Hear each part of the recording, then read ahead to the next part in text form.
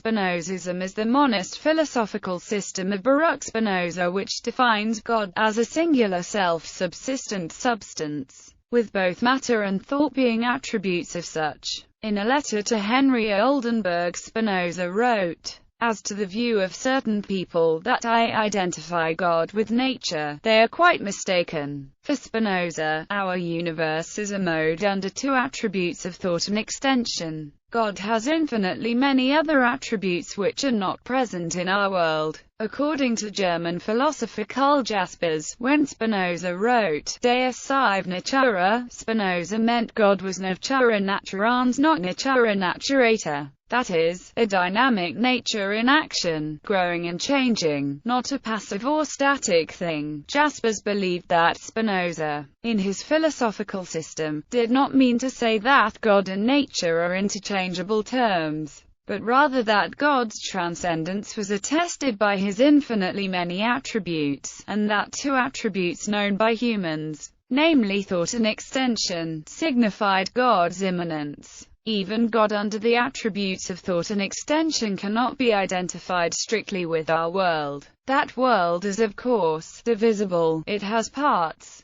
But Spinoza insists that no attribute of a substance can be truly conceived, from which it follows that the substance can be divided, and that a substance which is absolutely infinite is indivisible. Following this logic, our world should be considered as a mode under two attributes of thought and extension. Therefore, the pantheist formula, one and all, would apply to Spinoza only if the one preserves its transcendence and the all were not interpreted as the totality of finite things. French philosopher Martial Guérault suggested the term panentheism, rather than pantheism, to describe Spinoza's view of the relation between God and the world. The world is not God, but it is, in a strong sense, in God. Not only do finite things have God as their cause, they cannot be conceived without God. In other words, the world is a subset of God. American philosopher Charles Hartshorne, on the other hand, suggested the term classical pantheism to describe Spinoza's philosophy. Core doctrine.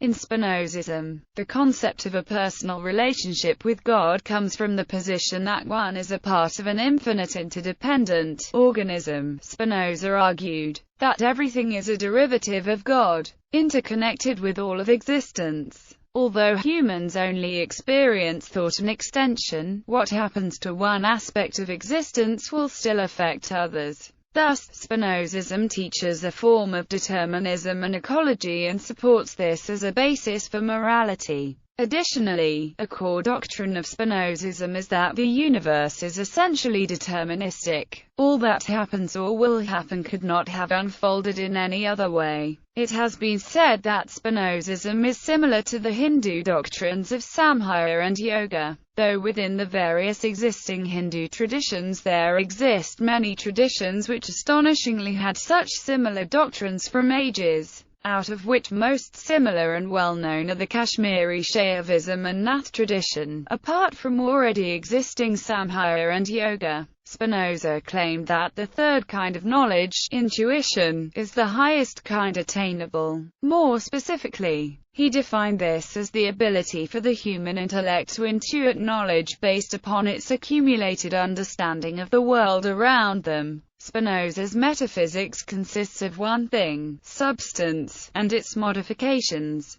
Early in the Ethics, Spinoza argues that there is only one substance, which is absolutely infinite, self-caused, and eternal. From this substance, however, follow an infinite number of attributes and modes. He calls this substance God, or nature. In fact, he takes these two terms to be synonymous, but readers often disregard his neutral monism. During his time, this statement was seen as literally equating the existing world with God, which is why he was accused of atheism. For Spinoza, the whole of the natural universe is made of one substance, God, or, what's the same, nature, and its modifications. However, one should keep in mind the neutral monist position. While the natural universe humans experience in both the realm of the mind and the realm of physical reality is part of God, it is only two modes, thought and extension, that are part of infinite modes emanating from God. Spinoza's doctrine was considered radical at the time he published, and he was widely seen as the most infamous atheist heretic of Europe. His philosophy was part of the philosophic debate in Europe during the Enlightenment, along with Cartesianism. Specifically, Spinoza disagreed with Descartes on substance duality, Descartes' views on the will and the intellect, and the subject of free will. Substance. Spinoza defines substance as follows. This means, essentially, that substance is just whatever can be thought of without relating it to any other idea or thing. For example, if one thinks of a particular object, one thinks of it as a kind of thing, e.g., X is a cat. Substance, on the other hand, is to be conceived of by itself, without understanding it as a particular kind of thing. Attributes. Spinoza defines attribute as follows. From this it can be seen that attributes are related to substance in some way. It is not clear, however, even from Spinoza's direct definition, whether A. attributes are really the way substance is,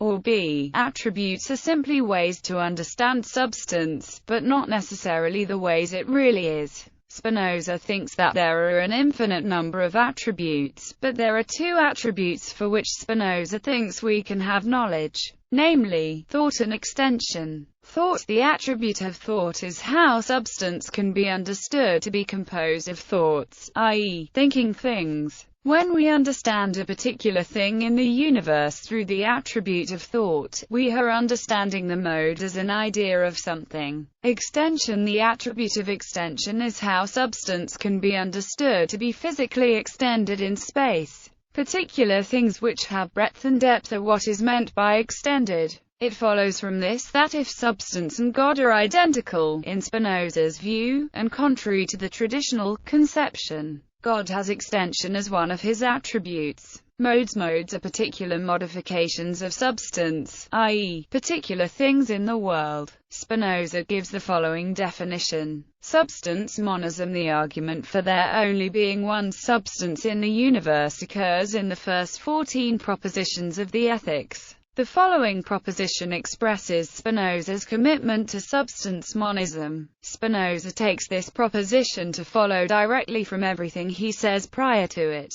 Spinoza's monism is contrasted with Descartes' dualism and Leibniz's pluralism. It allows Spinoza to avoid the problem of interaction between mind and body, which troubled Descartes in his meditations on first philosophy. Causality and modality. The issue of causality and modality in Spinoza's philosophy is contentious. Spinoza's philosophy is, in one sense, thoroughly deterministic. This can be seen directly from axiom 3 of the Ethics. Yet Spinoza seems to make room for a kind of freedom, especially in the 5th and final section of the Ethics, on the power of the intellect, or on human freedom. So Spinoza certainly has a use for the word freedom, but he equates freedom of mind with blessedness, a notion which is not traditionally associated with freedom of the will at all. The principle of sufficient reason. Though the PSR is most commonly associated with Gottfried Leibniz,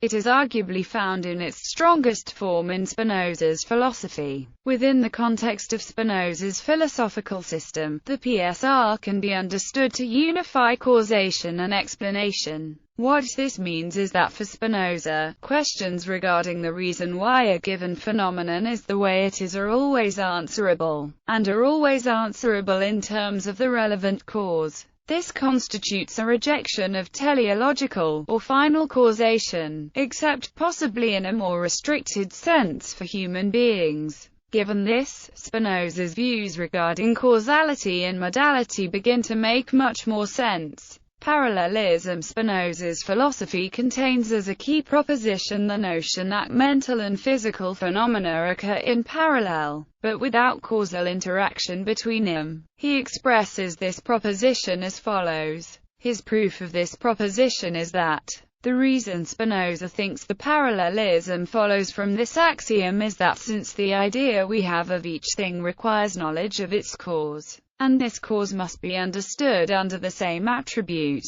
Further, there is only one substance, so whenever we understand some chain of ideas or things, we understand that the way the ideas are causally related must be the same as the way the things themselves are related, since the ideas and the things are the same modes understood under different attributes. Pantheism Controversy. In 1785, Friedrich Heinrich Jacobi published a condemnation of Spinoza's pantheism, after Lessing was thought to have confessed on his deathbed to being the Spinozist, which was the equivalent in his time of being called a heretic. Jacobi claimed that Spinoza's doctrine was pure materialism, because all nature and God are said to be nothing but extended substance. This, for Jacobi, was the result of Enlightenment rationalism, and it would finally end in absolute atheism. Moses Mendelssohn disagreed with Jacobi, saying that there is no actual difference between theism and pantheism. The entire issue became a major intellectual and religious concern for European civilization at the time, which Immanuel Kant rejected, as he thought that attempts to conceive of transcendent reality would lead to antinomies in thought.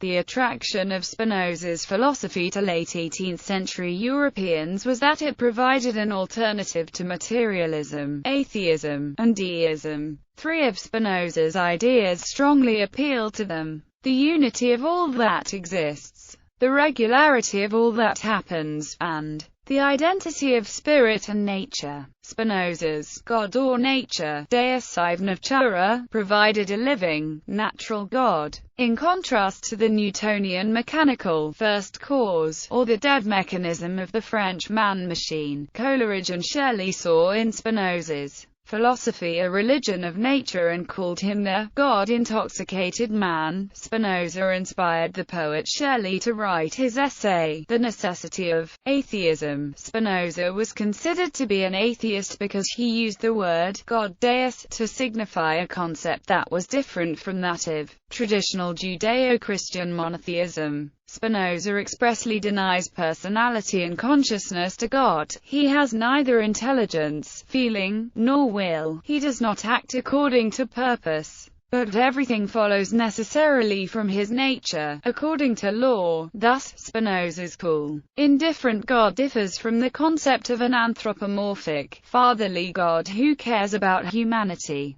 Comparison to Eastern philosophies. Similarities between Spinoza's philosophy and Eastern philosophical traditions have been discussed by many authorities. The 19th-century German Sanskritist Theodor Goldstucker was one of the early figures to notice the similarities between Spinoza's religious conceptions and the Vedanta tradition of India, writing that Spinoza's thought was a Western system of philosophy which occupies a foremost rank amongst the philosophies of all nations and ages, and which is so exact a representation of the ideas of the Vedanta, that we might have suspected its founder to have borrowed the fundamental principles of his system from the Hindus. Did his biography not satisfy us that he was wholly unacquainted with their doctrines? We mean the philosophy of Spinoza, a man whose very life is a picture of that moral purity and intellectual indifference to the transitory charms of this world, which is the constant longing of the true Vedanta philosopher.